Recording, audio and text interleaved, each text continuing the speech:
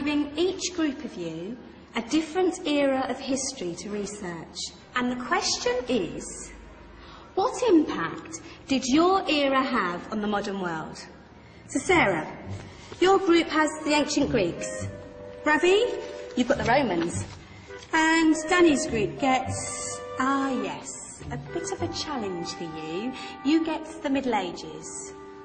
Some even call it the Dark Ages. Boring. See how you get on. Yes, miss. So, Serene, yes, you get the Renaissance.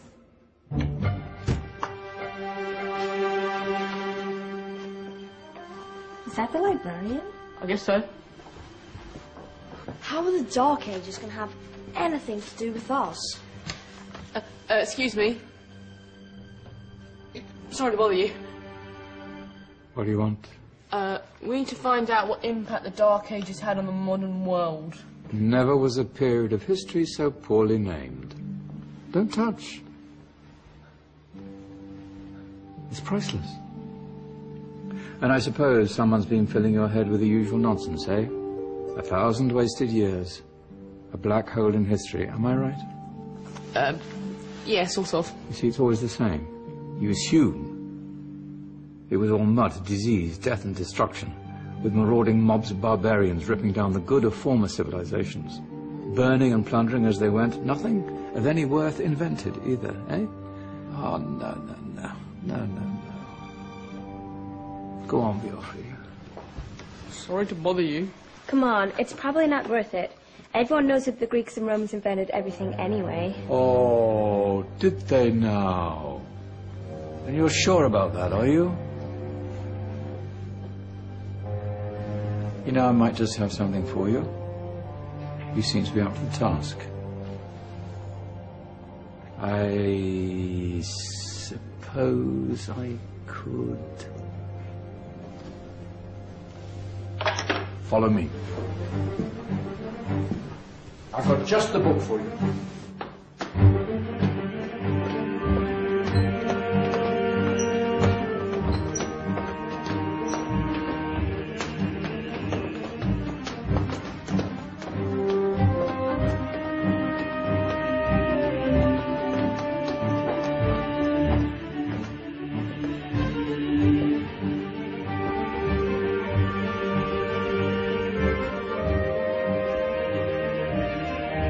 Where are we going? I don't know. Ask him. Excuse me, where are we going? From darkness into light, my young friend. From ocean onto land, there are things you should know. Oh, yes, indeed. Yes, indeed.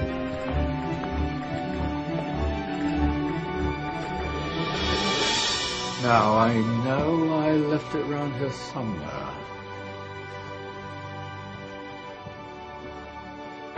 Ah, here it is. Now, take a look. If you dare.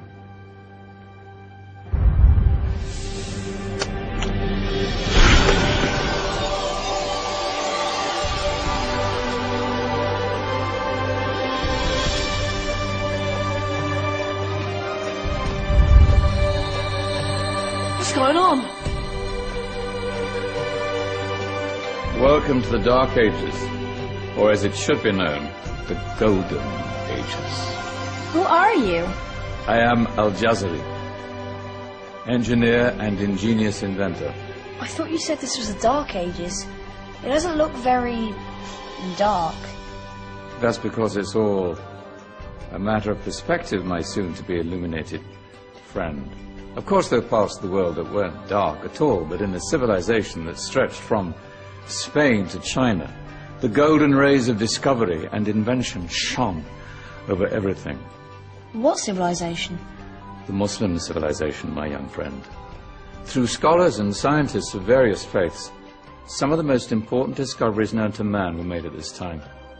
Discoveries that drew on knowledge of the ancients, but have more connections with your modern world than you could possibly ever imagine. Like what? Well, all sorts of things. We've got to get a picture of this. I knew it was a good idea. Who are you? Allow me to introduce Ibn al-Haytham, a great scientist whose ideas led to the invention of the camera. You invented the camera? I laid the foundations for modern cameras by explaining how our eyes work. I found a way of projecting an image onto another surface through a small hole in a dark room, later called camera obscura. Think of all the things that evolved from this discovery. Cameras, cinema, all share the same principle. Cool. Look out below! Who's that? That's my good friend, Abbas ibn Farnas, who gazed up to the heavens, passionate in his belief that man could fly. Whoa. Indeed, he dared to dream about flying 1,000 years before the Wright brothers. Do you know you all take your jet-setting holidays for granted, so it only seems fair to remember Abbas ibn Farnas. Stand by. I'm ready for takeoff.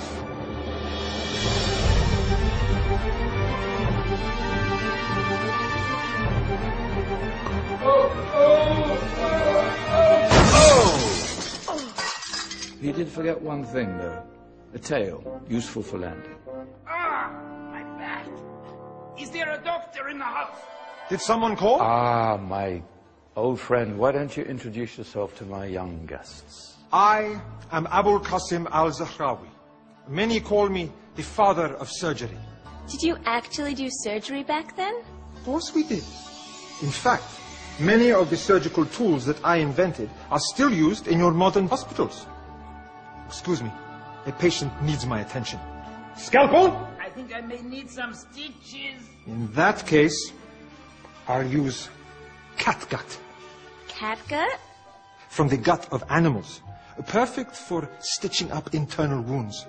Your surgeons are still using it today. Sorry, mustache.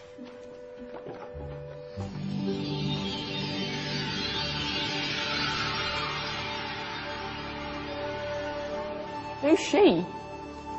That's Maryam al-Astrolabi. One of the many brilliant women of her time, she made sophisticated astrolabes. Astro what? Astrolabes. They show the sky and the stars on a small flat plate you can hold in your hand. Think of them as ancient calculating or timekeeping devices. Today you have your watch, your compass, satellite navigation, helping people and explorers travel the world. Science at its brilliant best. And all these things were developed during the Golden Ages. And that's just the tip of the iceberg. There were thousands of other inventions covering all areas of life, and in the years that followed, their influence spread across the whole of medieval Europe. So you see, it wasn't so dark after all. What about you? Me? What did you invent? Well, I don't want to be big-headed, but I made some groundbreaking advances in engineering. I suppose my most significant discovery converted rotary motion into linear motion using a crank and connecting rod. It's essential in pumps and engines. In fact, I've no idea how the Industrial Revolution could have happened hundreds of years later without such a device. Not that I ever get the credit I deserve. But my crowning glory was my amazing time-telling machine. My legendary elephant clock.